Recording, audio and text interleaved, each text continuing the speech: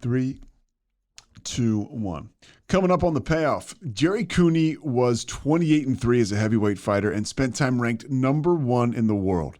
But his biggest victory has come over alcohol, a battle which he says he still fights every day in the rooms of recovery, helping himself and others. This podcast is awesome. We cover it all, and he is like a real unique guy. We talk about things like the hype surrounding his title fight against Larry Holmes. There were actually snipers on the roof of Caesar's Palace. More on that, but also how addiction hampered his chances against Michael Spinks. He also fought sober against George Foreman before retiring. He's got a book out, and you can hear him on Sirius Radio Channel 156. But first, a heavyweight in his own right, Kevin Souza.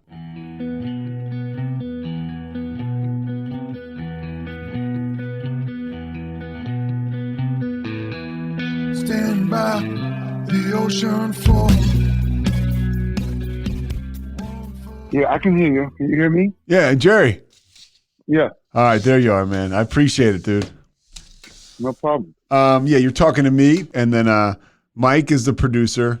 He's on with us too. Okay, cool. Yeah, and dude, I really appreciate you taking the time. No problem. Now, we got a big thunderstorm here, so I hope it doesn't get fucked up. No, it's okay. We've had huge storms here in Texas. I mean, it's rocking and rolling out there today. Are you in East Hampton? No, I'm in New Jersey. I live in New Jersey. Oh, what part of Jersey? Westfield? Central Jersey. Okay. By the way, you called me out the other day. Remember when I was calling you? And you were like, hey, man, you've been to meetings? And I hadn't been to a meeting in like a week because I was calling you. You guys are kidding me. I was going about 100 miles per hour. I could hear that dry, drunk shit in your voice, bro. You could, right? Nah, I'm just fucking with you. All right, so the first thing I want to ask you is what's your sobriety date? When did we start? You didn't start yet, right? We can start right now. We're going to start right now. You ready?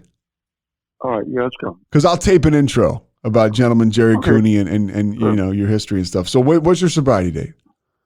My sobriety date is April 21st, 1988. So that's the day you got sober. I want to backtrack a little bit. So what are we at now? 33 years? 33 years. It was past April. Okay. 33 years.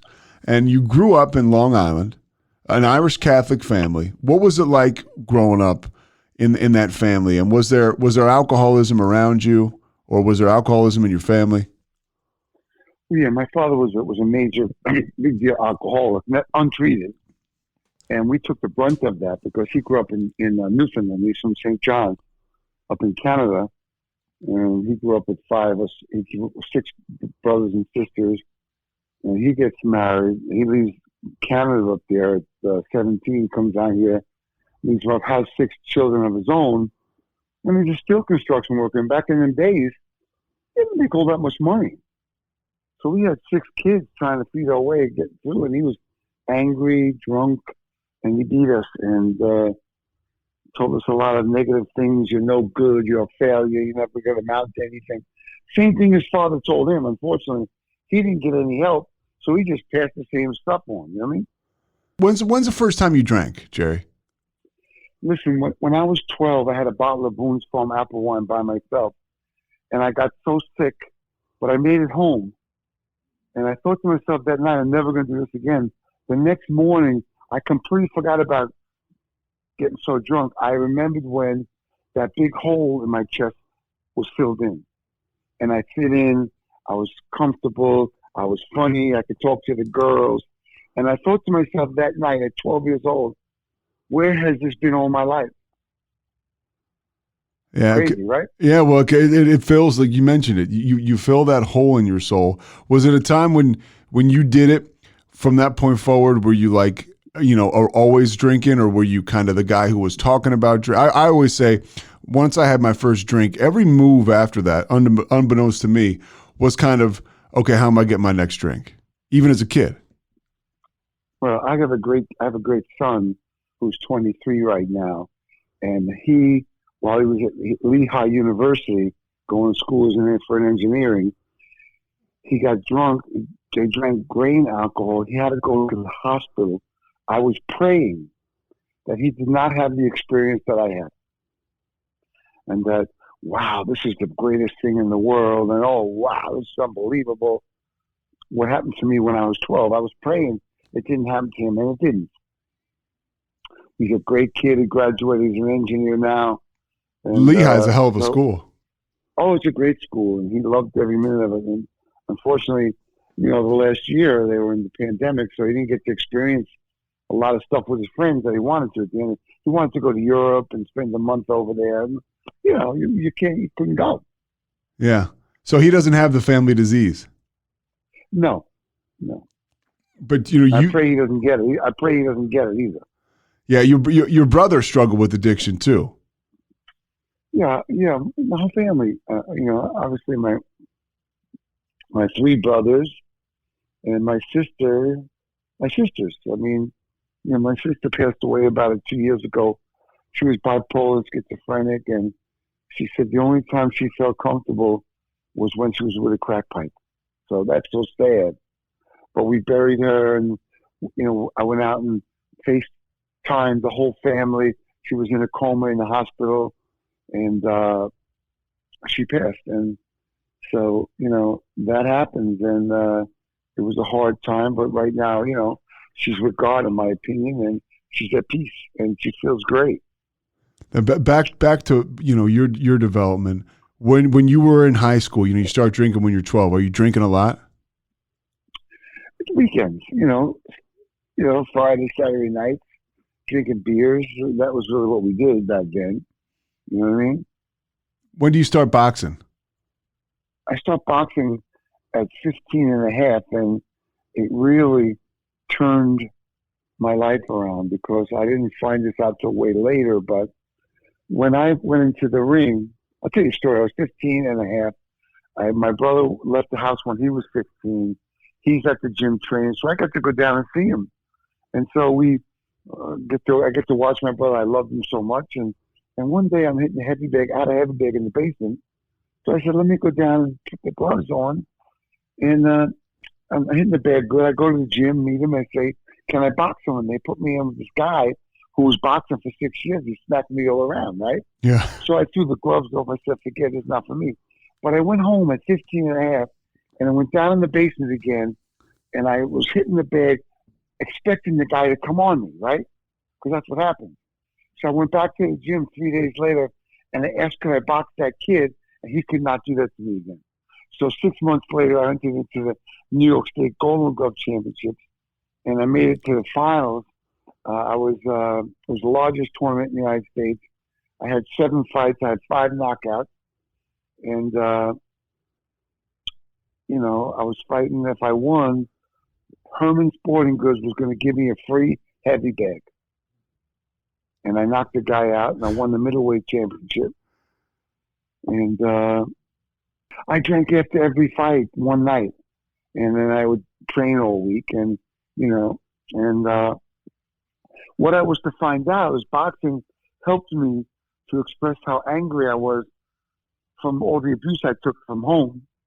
And then they put my picture, seemed like every day after the fight, I'd be at the newspaper stand and my picture was on the back page of the Daily News. Cooney knocks out this guy, Cooney knocks out that guy. So what it was is boxing helped me to express my anger, and then they put my picture in the paper so it made me somebody.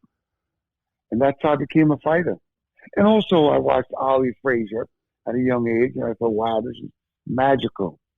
I saw Clyde Frazier and Frank Sinatra and Joe DiMaggio at the Garden, and it was like, wow. I was like, oh, man, between that and me feeling like somebody, that's how it was born that I'd become a fighter. When you walk into the ring to fight Larry Holmes at Caesar's Palace in 1982, do you get that, and you're thinking back to, man, I watched Ali Frazier and here I am. I mean, that's got to be an incredible feeling.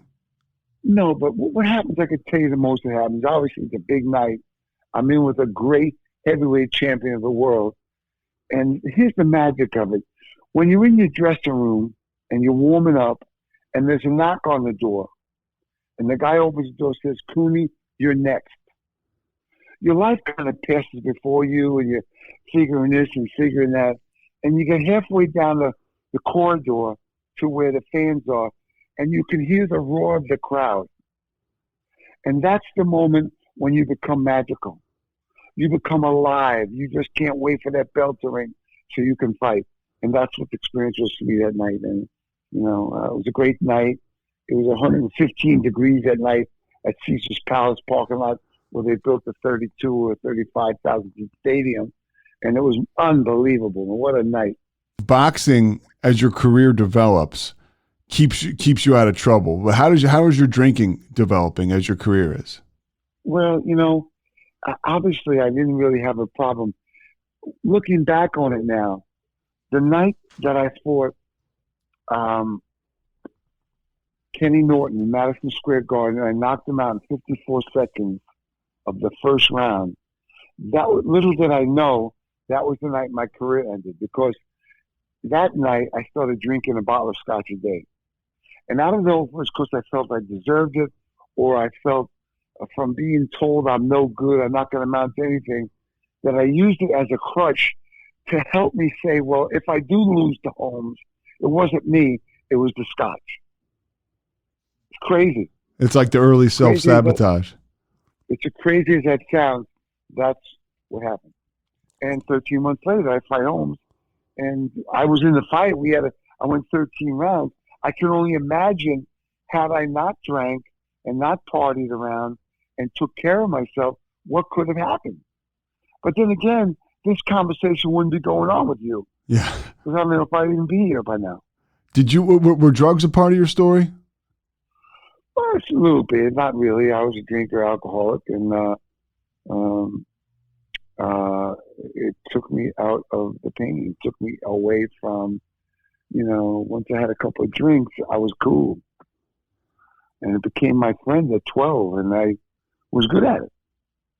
In between, the Ken Norton fight and the Larry Holmes fight, I mean, your life is on the fast track. Crazy. Yeah. It was crazy. What is that like? I was traveling. I was at Howard Cosell. I was traveling around the world. I remember being in Boston, and Boston's a big Irish community, and it was like on a tour for the Holmes fight, and I wasn't 5 or 10 feet inside Boston Gardens when the whole Boston Gardens were playing again. Celtics were playing with someone, I'm not sure who, and the whole arena stood up and cheered me for about 10 minutes. Now I got to tell you how great that felt, right? But when I turned around and walked 10 feet out the door, I felt like nothing. I felt like I didn't deserve this. That wasn't real. They don't really care about me. That's what dysfunction gives you, athletes, people in general. That's what you get. And unfortunately, I didn't have someone to grab me by the arm and say, hey, Cooney, listen, this is really important now. Let's pay attention. I was on my own since I was 17. Tell my kids I was 17. I was living in a room for $10 a week. That's what happened to me. Boxing was my way out. And so you're getting ready for the Holmes fight, and is it still, you're still just, are you drinking to fill the hole in your soul, or are you drinking in a sense where it's kind of part of the nightlife? Listen, I got 4 or 5 or 6 big sparring partners from around the country looking to kick my ass. So I'm drinking and partying, but not crazy. Yeah. And then the fight got postponed. I tore my rotator cuff and my shoulder got postponed. A couple of burps in the road. I didn't fight for 13 months.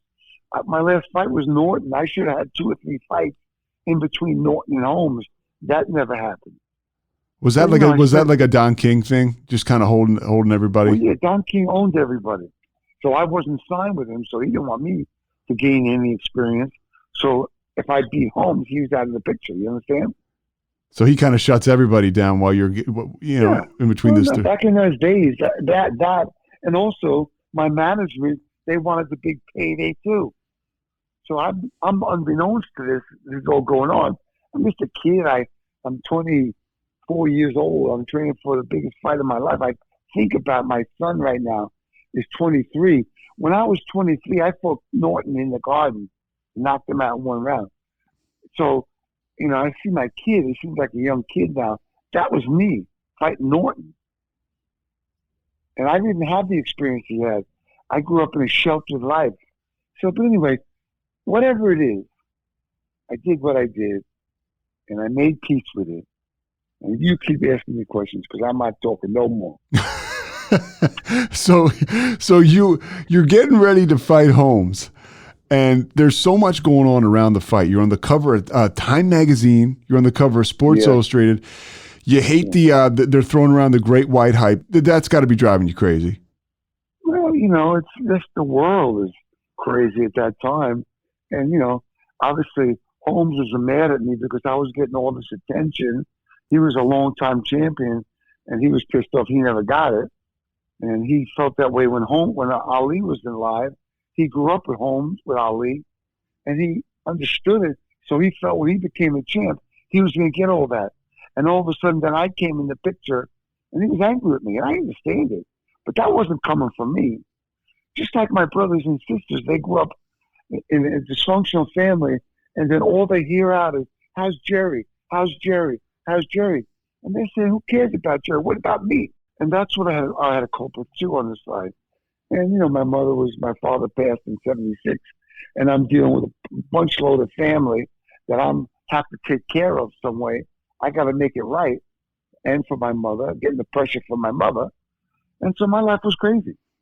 You said even when your father did pass away, I read that you were kind of a mentor told you, hey, you need to spend some time with your mom. Did you feel like you grew, even though we're drinking during times like that, did you feel like you were able to grow as a man through that experience? Listen, I did whatever I survived. I did what I could. And unfortunately, that was circling around money. I had the money so I could fix everybody's problems. I could put the cork in the dam. And it was only, and the problem with it is that I had to pick myself off the ground to get sober, to get straightened out, to get kept caught up in my life. And I thought if I could pick them up, then they could get it, then I could get all my life. But unfortunately, in time, we find out that we have to pick ourselves up. But I didn't get it back then. I just want to fix it and get on with my life. You understand? Your life includes, that Holmes fight you talked about at Caesar's Palace. You go 13 rounds. There's a phone in your dressing room. And if anybody wants to get background on this, it's unbelievable. The Legendary Nights, you can find it on YouTube. The HBO show really breaks down this fight, and it's really awesome. And it talks about the fact that there was a phone for Ronald Reagan to call you if you were supposed to win, and that if you won, and that pissed Holmes off, and that adds to the drama. I'm sure, but it was like I was the underdog. I was the Rocky in the film. I was the Rocky in that fight. I was the guy that didn't have the experience, but I was, I made it up there by knocking out these guys, and I was getting the shot. So, it's, everybody, to this day love the Rocky story. I'm watching fights. I'm rooting on the underdog. Listen, fighters, people grow up in life, and they have to work 2 jobs. They got a family. They got no time to get home. Not making enough money. They come home and they watch the Gerry Cooney fight at that time, who's like grew up in a rough, tough household, struggled all my life. They're rooting for me because if I win, they kind of win that weekend. Yeah. You understand? Sure. But, that's the way it is. And that's a great story. But looking back now, for me, Holmes also was that guy. Yeah. Holmes didn't get the golden spoon. He had to fight his way all the way up to the top. Holmes never drank, never smoked, never took any drugs during his career. I was drinking at 12. Could you imagine if I would have had someone that could take me by the arm and take care of me, what could have happened? Who knows, right? But I probably wouldn't be here right now. I could be dead. So I'm here. I have a great life. I've worked the steps in the program. I've learned about my faults. I clean them up. I talk to other people.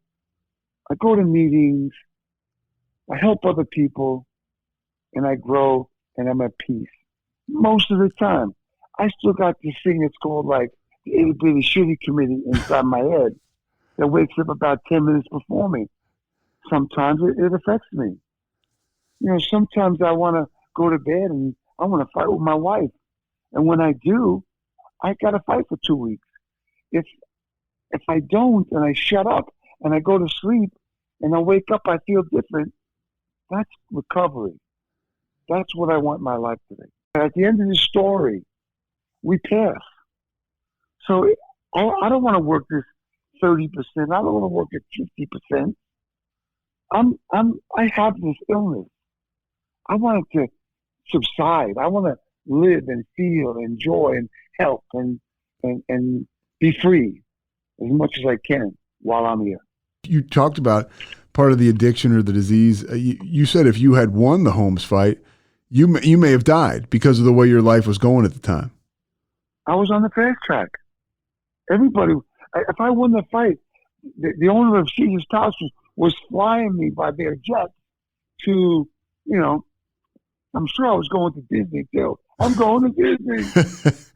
So you understand, like, it's just a game. And, you know, I believe in my God, and I believe that God looked out for me. I didn't have the tools to prepare me for what was going on. And that being said, I did great. I have a great life today. I was ranked #1 in the world. I met everybody I ever wanted to meet one night at a party in Las Vegas. Kareem Abdul-Jabbar, Muhammad Ali, Frank Sinatra, Bob Hope, Chevy, everybody you can imagine. They were at a party for myself and Larry Holmes. So I had a dream life. No, I didn't. I would have loved to win the championship. But you know what? Later on, you find out that if I don't check the tires in my car, if I don't change the radiator fluid, if I don't change the oil, and if I don't lube the tires, it's going to break down. And you said you kind of broke down. The Spinks fight, the Michael Spinks fight, was a kind of a defining moment. You said you kind of went into the fight kind of sick, just because we're sick. I was so sick that night. And the fight was on, the fight was off, the fight was on, the fight was off. You're supposed to go to camp for 6 weeks and go and fight. I was in camp for 2.5 years. I never believed the fight was taking place. I eat Michael Spinks up on any day if I'm healthy. I eat him alive. I was sick. And what? So was there a lot of drinking heading up to that fight? Just because? Yes. I was sick. I was sick and suffering. And after that fight, I went out to my house in East Hampton, and I drank a little bit longer. And then one day I woke up at 20 minutes to 11, and I thought to myself, what happened to you, Gerry Cooney? And I quit that day. And I had like this, wow. And the next day, I woke up at 20 minutes to 11 again, hungover. And I cried out to God, and I said, God, please, you got to help me. And the desire to drink went away. And I turned on the television, and there was an Alcohol Awareness Week in the Hamptons that week.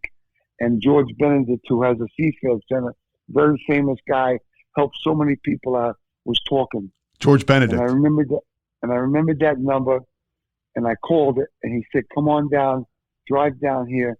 I'll have a spot open for you in the back, and come on, and we'll sit down and talk. And I went down there, he showed me around the place and told me, listen, Gerry, you don't have to stay here. I said, thank you, God. You wanted to sleep in a room with 5 or 6 other guys, and I wasn't going to go for that.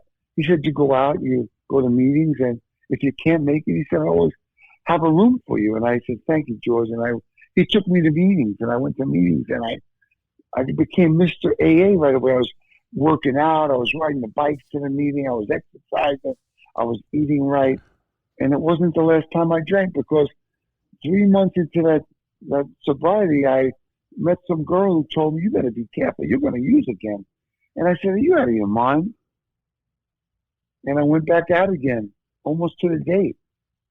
And I met some girl. It must have been right when the alcohol was wearing out of my system, and I felt so raw that I picked up. I started going late to the meetings and leaving early. And I picked up for 2 months, went out again, and went on a run. And 2 months into that run, I'm driving. My buddies drive me to my office. I see a pancake house on the side of the road. I tell my friend, let's go have breakfast. I pull into the pancake house. My friend Jack Brunette, New York, is there. He said he was a bodyguard of mine when I was fighting Holmes and back in my heyday. And he said, Gerry, sit down with me. He said, this is a tough man. He used to collect money. He was he ran a strip joint. And he said to me, Gerry, today I have 3 years. I haven't had a drink or a drug. He said, and you never have to drink again. And I thought, wow, I never heard it like that. But I took it. And that's April 21st, 1988. And I met the sponsor that helped me change my life, who's still my sponsor today. And, I work a tough program and I help other people, and life is great. I'm in a program to help people not drink. What does that entail? I work the 12 steps. Yeah. I call a sponsor every day. I help other people. You're involved. You're not around AA. You're like a part of it. Every day. That's my life. Listen, I didn't lose an arm. I didn't lose a leg. I don't have chemotherapy. I have this problem, drinking. And I have to treat it. And as long as I treat it, I have a great life. It's not easy. It's hard work. But it's manageable. And I don't have to do it alone.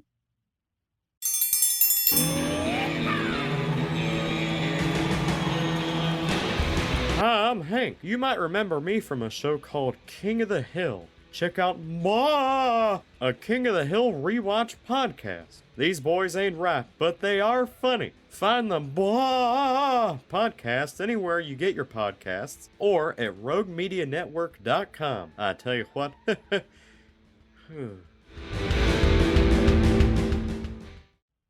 What was it like when you went back to fight sober?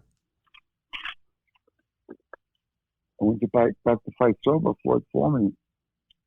I was in great shape. I mean, I had never, not drank before. I was in great shape, and I'd been promoting some of his fights. And he said, "Why don't we fight?" And I thought, I don't know what the hell. I'm gonna finish fighting. And I thought, I never did it clean. So I went back and trained. And I said, you know what, I'll do it. So I got in great shape, and unfortunately, I hadn't fought in a long time. I got caught with a shot. But I hit him with some good shots too. And you hit him with a great shot in the first round. Well, he told me, David Levin asked him, who's the hardest puncher that ever hit? He said this: every fighter has 3 great punches: Gerry Cooney, Ron Lyle, and somebody else. And Letterman said, "You mean Cooney is the hardest puncher?" He said, "Yeah." But unfortunately, I got caught too. And I got stopped in the second round. But it helped me to turn the page in my life. Say, okay, I had a great run at this. I had a great life. Let me turn the page. Let me get on with my life and start a family. I met my beautiful wife. I got 3 beautiful kids. And I'm living the dream. It's cool what you said, and this speaks to the development of people in recovery, right? Like you are living the dream. You're sober 33 years. And I was talking to somebody today, another alcoholic, somebody who has about like a year sober, and something was happening in their life, right? It was, they were just having a situation and it was making their head explode, just like it would for me, even a little bit today. But I said to that person, I said, this experience, 7 years from now or 4 years from now, will affect you differently if you continue to work a program. You said the Foreman fight, you said if you had a little more time in your recovery. Yeah, a little more time without a drink. And I understood a little bit more. Life was too fast, and it was like I was unsure. And it's just, I didn't have, they say when you get 5 years, you get your brains back. Yeah. And then it takes 5 years to learn how to use them. Well, this was like a year and a half into sobriety, and it was a lot passing through me. I was questioning a lot, and I wasn't, it was a lot. And so, but it's all good. I did it. I did it clean. I had a great time with him. Him and I are best friends. Larry Holmes and I are great friends. And I have a lot of great friends today. I used to have shallow friendships. I got lifelong friendships now. What was that like when you was that a sobriety thing, almost like an amends thing, when you get together with Larry Holmes and kind of figure out that you guys are going to be friends? He's a good man. We ran into him in Atlantic City one day, and he talked about how tough the fight was and how difficult it is. And so, how good I did and how I was in that fight. And he just had so much more experience than me. When we fought that night, I didn't have any experience. I had all knockouts. But what I learned from him that night, being in the ring with him, I wish I could have got a rematch with him, and it probably would have changed the course of my life, but it didn't happen. How come you never got a rematch? I don't know why that never happened. I don't know why that ever happened. In today's time, we would have fought 3 times. But, it just didn't happen. But I learned so much that night in that ring with such a great champion.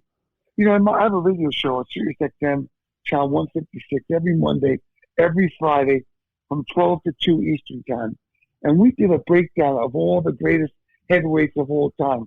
Those before Sonny Liston, from Jack Johnson up to Sonny Liston, and then from Sonny Liston to today. And the guys who made it to the finals was Larry Holmes, Muhammad Ali, Lennox Lewis, and Mike Tyson. And Larry Holmes made it to the semis. He was like number 2, the best of all time. So I'm not ashamed of anything I did. I wish I could give it 100%. Looking back, but unfortunately, I don't got that card. I got to move forward, and life's not waiting for me no more. There's no more do-overs. There's no more practice runs. I'm living in the big leagues. I got to hold on. It's going so fast. Every time I turn around, it seems like it's Thursday again. How did you learn to feel again after you got sober? Because we're so raw when we get sober, and we got all these steps of Alcoholics Anonymous and Al-Anon and therapy and reading and the desire. I was a professional athlete. I have desire. I wanted the confusion to go away. I wanted to find out where I fit in. I wanted to find a purpose. I wanted to find where I belong. And I want to give that to my family. I don't want to give what I got to my family. I want to have the answers and work with my wife to make the right decisions. Just saying that, anyway, that's all. What were you going to say? It's nothing. It's all good, man. Listen, I got the greatest family, the greatest kids. They all can fight. I've made fighters out of my daughter and my 2 sons. They can fight. They all punchers. They all can punch like mules. I don't want them to fight, but they know how to fight. To spend that time with my kids. I never spent any time with my father. I hid from my father. I hid in the basement because if I was out of sight, I wouldn't get hurt. My father built a ring in the backyard, and he used to make me box him, and he would have my mother keep time, and I could never hit him back. I probably could have kicked his ass at 17 or 16 when I was doing it, but I could never hit him. And then I thought to myself, I wish I did. And then I found out someone that did, and they regretted it so bad. So I'm glad I didn't. You carry that with you too. I do. Yeah. I do. Now, listen, when I was 17, I had left home. My father found out he had asbestosis from the, asbestos on the construction job. So I used to drive home, take him to the hospital for chemo, and then bring him back. One day, I'm 17. I bring him home from the hospital. He calls me in. He said, listen, son, if you can't live in my house under my rules, get your hair cut, get home when I want you to get home, I'd rather crawl to the hospital on my hands and knees. That was the last experience I had with my father at 17 years old. So, listen, my kids don't have that. I didn't get involved in a relationship until I learned all about this, so I didn't attract another woman that was going to be dysfunctional. I got into recovery. I grew up, and then I was attracted. I stayed alone. I found out what I was about, and then I was attracted to that. And then I met my wife. And we have something to work with. And we love each other. I can't wait to go to bed with my wife tonight. I'm married 27 years. How were you able to like find that? You know, a lot of people they go in and out, in and out of AA. How are you able to find, you know, your place in AA? I want to get well. I always wanted to get well. I didn't know why I was feeling the way I was feeling, but I didn't like it. I mean, listen, I had a lot of great times. I traveled. I had everything you could ever imagine. But really, looking back on it, it was all shallow half hours. It wasn't real. It wasn't meaningful. It was what I thought I should be. That was not me. That was being somebody I was, watching TV about. I thought that's how I was supposed to be. You retired at 32. Was it easier for you to walk away because you were sober? You think a lot of guys just keep fighting and fighting. It was easy for me to step away because I got in shape. I fought Foreman. I got stopped in the second round by him. And I answered everything I wanted to have answered. I made a lot of money. I traveled the world. I turned the page in my life. And I had minor league baseball teams. I had horses. I had fighters. I promoted fights. I did a lot of stuff. Did a lot of things. And I still am. I still love training people. I have a gym out here. I train people. I still like working with the peeps. When did you decide to use your, sobriety, or you use your platform to help people? You started to speak out about it. You speak to schools. Listen, I always help people. I've been involved in charities my whole life because nobody helped me. I was on my own. So if I can help somebody, by doing a charity and taking pictures and saying hello and playing golf, or going to a dinner or to luncheon and raise money for the people less fortunate than me, maybe they will get to a better place than I got to. It doesn't cost me nothing. A little bit of time, stories, rubbing elbows with other athletes who are great. Wow, this is my story. It's not really been that difficult. So, talking to you now, you really do, and it's part of the program, but you really don't have much of an ego, especially for a guy who was, ranked number 1 in the world as a heavyweight boxer. Was it hard for you? John Lucas, the guy who played in the NBA and had a drug problem, he says part of, being an athlete, it's hard to get sober because your ego is what makes you so successful. Did you find you had that problem? Listen, I regret I could have been a lot better. I could have been a lot better than I was. Sometimes I regret that. I don't hold on to it. I touch it. Sometimes I let it go. Sometimes, you're out and sometimes it bothers you, but listen, this is my story. It's my story. I was close. That's good enough. Made a lot of money. Made a lot of friendships. Helped a lot of people. Wow. Look at that. That's more important than anything else. What was it like when you got to know Muhammad Ali? I mean, he was kind of... He was a great man. He was a great man. He told him, he came to my training camp, he said, Gerry Cooney's not the white hope. He's the white hope. And he was a great guy. He called my mother, told her I'm going to be okay. Some Jerry Clark. I met everybody. For you today, what does untreated alcoholism look like? It's a very lonely, sad place to be. It's just running around in circles. You just going nowhere. And unfortunately, it's a sad story. And most of the time, they don't even die. They just exist. Did you find yourself when you talked about, just popped into my mind, being alone, your whole life? Were you surprised at the people in the program of how receptive they were when you showed up? I mean, you go there, it's like you go to a meeting, right? For me, the first time, it's like you never met a stranger. Listen, I'm kind of like a loner a little bit. I am great in the crowd. I love to be in crowds with people and parties and laughing and joking. I also like to be alone. And so to me, it's just, another day and Today I'm going to be busy. I'm going to have a great time. And tomorrow I'm going to be able to be by myself. I'm going to be alone. I'm going to have a great time. Do you know what I mean? Like, you got to just take it as it comes and roll with it. You got to roll with it. You got to roll with the punches, but you got that ropes. You got to roll with it.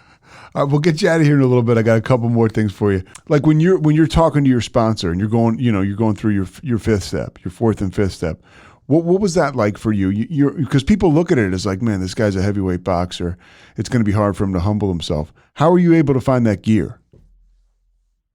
Listen, I wanted to get well, and they told me this is the way to get well. I wasn't going to go in half-assed. I wasn't going to go in partially. I had to write it out. I had to get everything out of me. As a matter of fact, I had to go from where I lived to the city twice to do the fourth and fifth step.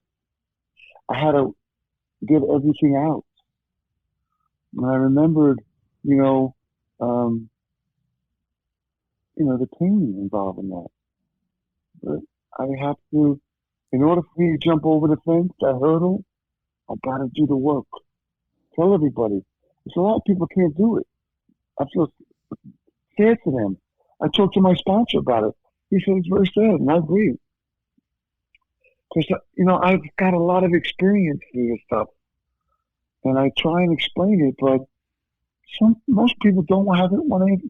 Do you know something? I've been around for 33 years. Do you know since I came around, not many people I know from back then that are still around. You know that? Yeah. That is frightening. That is just frightening. What happened to them? I tell people, those people you don't see, give them a call, man. Maybe they want to come back. It's frightening. I never want that to be me.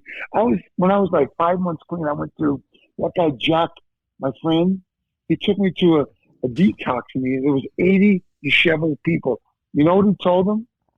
He said, most of you are not going to make it by this time next year. And I thought to myself, wow, what would you say that for, right? Yeah.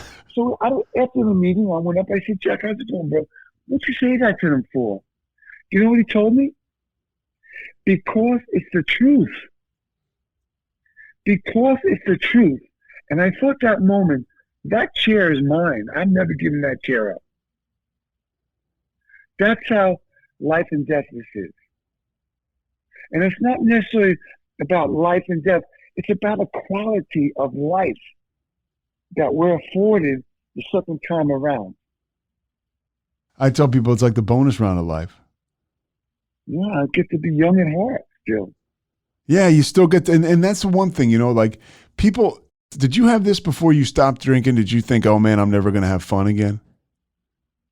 I think everybody has that feeling. I remember around 3 o'clock in the afternoon, I'd be driving around and I'd get very uncomfortable for a while, very uncomfortable. I didn't know what the hell that was. And what I realized was that was around the time when I started to think, well, where am I going tonight? What am I going to do? What am I going to drink? You know what I mean? Yeah. Like that was the time in my life that I had to work through and I had to listen to other people talking about it. And then I identified it with it. And then it wasn't so powerful anymore. And there was a lot of experiences like that. Did you find yourself like, toughening up? And that's the thing I tell people that, and I tell myself too, or I hope somebody else tells me, you keep going through those experiences, they get easier, right? All of a sudden 3 o'clock comes and goes and you don't even notice it. You trust yourself better. Yeah. You trust yourself better. I don't think about drinking. I think about my thinking. I got to pay attention to at this stage of the game because that will drive me back. And don't think that there's not people with 33 years that don't go out, 40 years. There's people in the big book that had that time and went out again. So it's not like we're cured of it. It's one day at a time, one daily reprieve. How were you with over the pandemic? Did you go to Zoom or are you able to get to in-person meetings now? Now I'm going. I still go to Zoom because I can go to California. There's a great speakers meeting every day, 7 days a week at 9:30 in the morning. I do 12:30 meeting in Manhattan. That's a great meeting, the 5 a.m. club. And but I go to a lot of meetings. It's coming back. I'm getting out a little bit more. I mean, it's crazy. It's crazy pandemic because part of me hated being home, but then the other part of me got comfortable to be here. Yeah, I mean, you're still doing your show from home. Oh, yeah. Sirius Channel 156, Monday and Friday. Yeah. And Eastern time. Eastern time, yeah, Eastern time. I also want to tell you guys, I also got a great book out there about these life and times. It's called Gentleman Gerry, A Contender in the Ring, A Champion in Recovery, Barnes & Noble, Amazon, paperback is out now. You can also get a hardcover. And it's a story about the ups and downs of life that everybody has. What moved you to start the union for boxers? Like that was a pretty huge move. Obviously, let's stop that. It's not going. It was not a union. It was an organization to help fighters get back to life. But this didn't work. It didn't work, and we hired some guy who stole money from us, and so we shut that down. And they were trying to do a union for boxing, but the guys that needed it, they couldn't afford the union dues. And I thought, what a great story if they take $1 from every ticket and put it in a foundation that would solve all the problems. But nobody wanted to deal with it. The government doesn't want to be participating in it. They want to be hands off of it. So the fighter continues to be an independent contractor. So there's no really hope for him unless he has a good management team who saves his money, which, when you're an athlete or especially a fighter, you think it's never going to end. So you keep spending it. You never had it before, but it does end. Did you almost fight Tyson? No. Never? I knew Mike Tyson when he was 13. I was, I think, 23. He was at the camp there. Customado got him. No, that never happened. Okay. Listen, I would love to fight Mike Tyson. I would love to fight this guy. I wish I could have, been real, full, in shape. Like I feel today about, you could bounce a brick off my head. I'm connected. I know what's going on. And, unfortunately, it didn't come to me this time around. You know what I mean? What do you think about the fight? What did you think about the Mayweather and Paul situation? What did you think about that fight? Mayweather felt old, and Paul was a lot bigger than him, a lot stronger than him, and he used that jab. His corner told him keep jabbing, and he couldn't get in. So I remember Mayweather's corner telling him in one of the sixth round or so, fifth round, listen, use that jab this round. He said, I can't. It's not working, because the guy was sticking his jab out. And, Logan Paul got really tired. Okay. Logan Paul got tired, and then he got a second win and was able to finish strong. So he showed his face.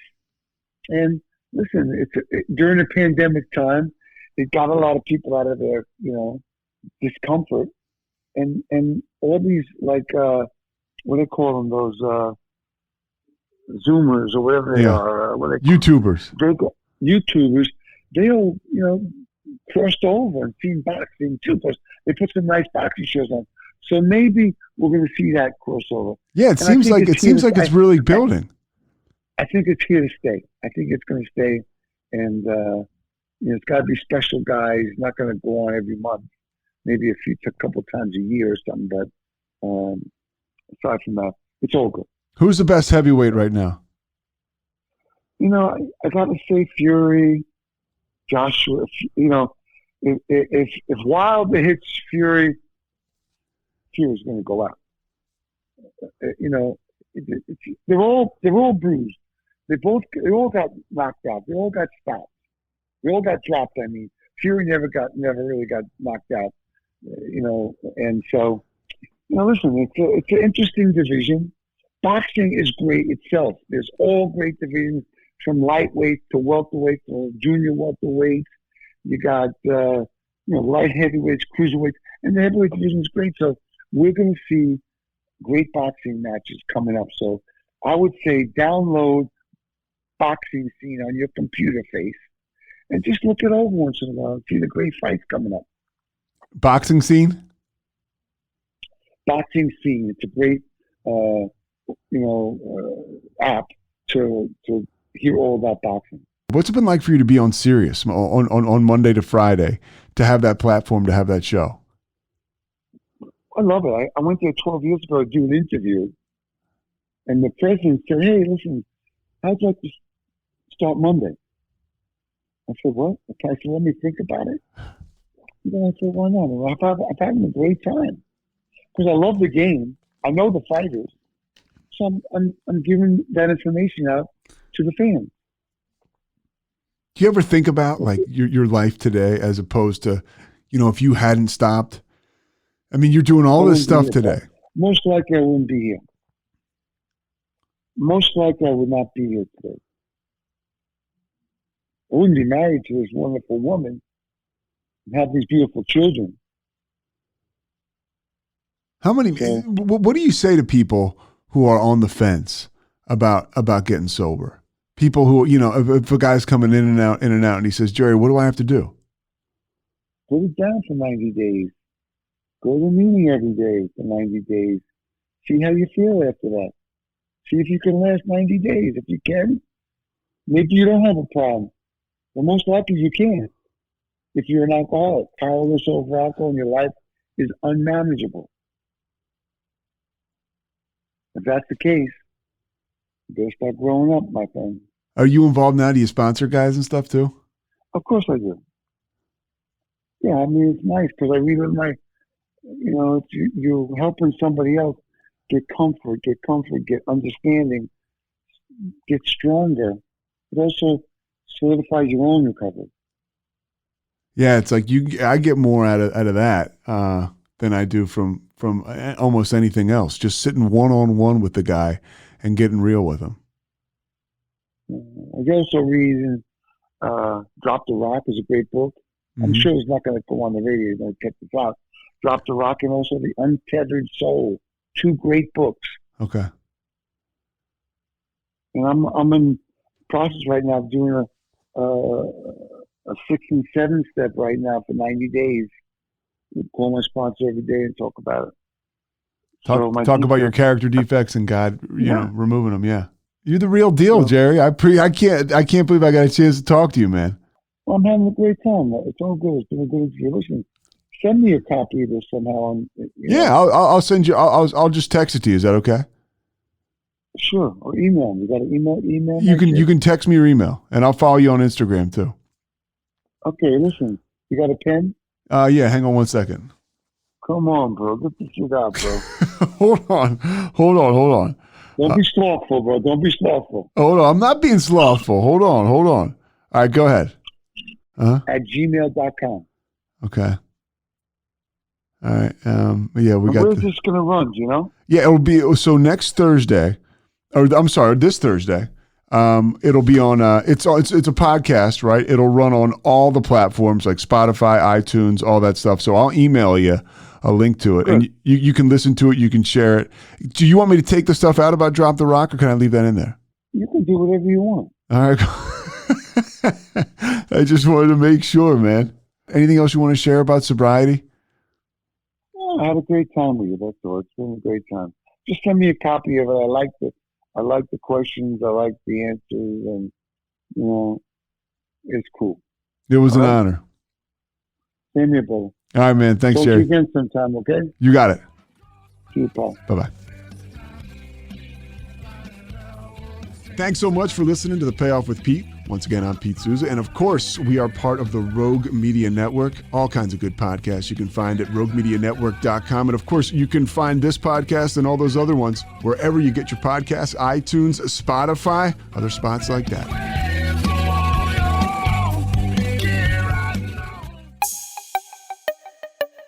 This has been a Rogue Media podcast.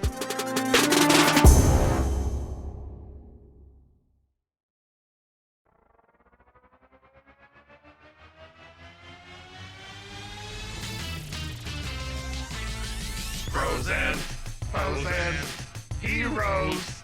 Gonna tell you about foes and heroes. Gonna tell you about. Hey, I'm Zach. And I'm Mike. And we have a fantastic new podcast to tell you about.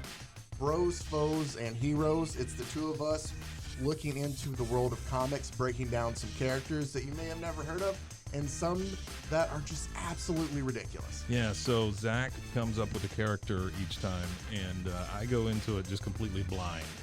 I don't know who this person is or what their abilities are or anything, and basically I guess we kind of go over their origin story and just some of the ridiculous stuff that maybe, especially Golden Age stuff. Oh, Golden Age stuff is always the best, and we will make sure to highlight all of the shenanigans and just absolute weirdness of everything.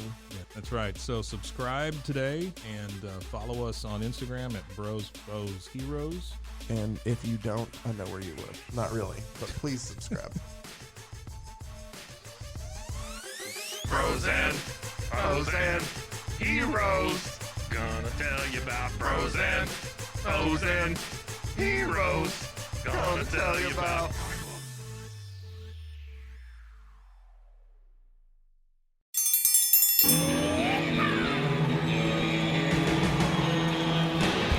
Hi, I'm Hank. You might remember me from a show called King of the Hill. Check out a King of the Hill rewatch podcast. These boys ain't right, but they are funny. Find the podcast anywhere you get your podcasts or at roguemedianetwork.com. I tell you what.